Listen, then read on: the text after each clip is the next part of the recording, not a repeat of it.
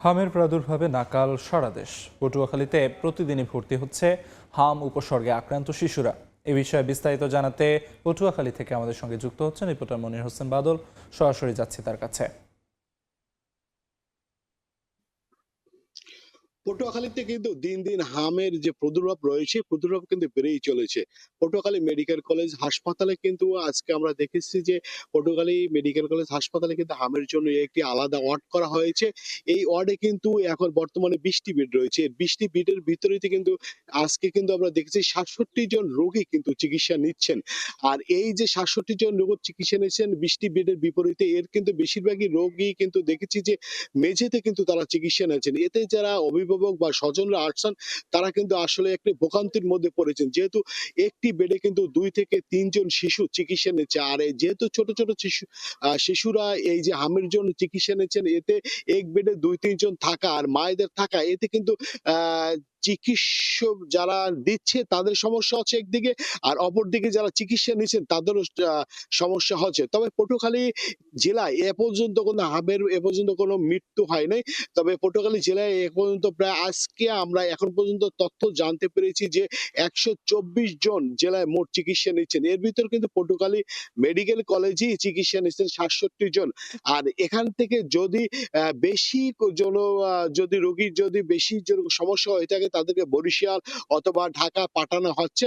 আর আমরা এখন পর্যন্ত আজকে সকালে আমরা দেখেছি যে ৬৭ জন রোগী যে চিকিৎসা নিচ্ছে পটুয়াখালী মেডিকেল কলেজ হাসপাতালে এতে কিন্তু যে বেডের যে একটি সংকট রয়েছে এই বেডের সংকটের বিষয়ে আমি যে পটুয়াখালী যে তত্ত্বাবধায়ক রয়েছে দিল্লুভ ইয়াসমিন লিজা আমরা তার সাথে কথা বলেছি। তিনি যে বিষয়টা জানিয়েছেন যে আপাতত যে শিশু ওয়ার্ডটি রয়েছে শিশু ওয়ার্ডটি ২০টি বেড রয়েছে। আর অপরদিকে যে আমরা হামের জন্য আলাদা একটি বেড করেছি যে আইসোলেশনের যে বেডটা করা হয়েছে সেখানে ২০টি বেডের বিপরীতে আমরা দিতে পারছি না, যার কারণে রোগী দিন দিন বাড়ছে আর আমাদের কিছুটা সমস্যা হচ্ছে চিকিৎসা দিতে।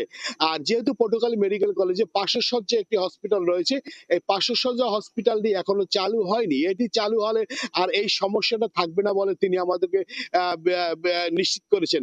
যেহেতু পটুয়াখালী মেডিকেল কলেজে যে আজকে ৬৭ জন চিকিৎসা নিচ্ছেন এবং প্রতিদিনই বিভিন্ন যে ৮টি উপজেলা রয়েছে ৮টি উপজেলায় কিন্তু বিভিন্ন উপজেলা থেকে গ্রাম থেকে হামের প্রাদুর্ভাব নিয়ে শিশু রোগীরা বেশিরভাগ এখানে আসছেন। আর এদেরকে যে পর্যাপ্ত ওষুধ রয়েছে পটুয়াখালী মেডিকেল কলেজ হাসপাতালে পর্যাপ্ত ওষুধ রয়েছে, ওষুধে কোনো সমস্যা নেই এমনটি আমাকে জানিয়েছেন এখানকার কর্তৃপক্ষ।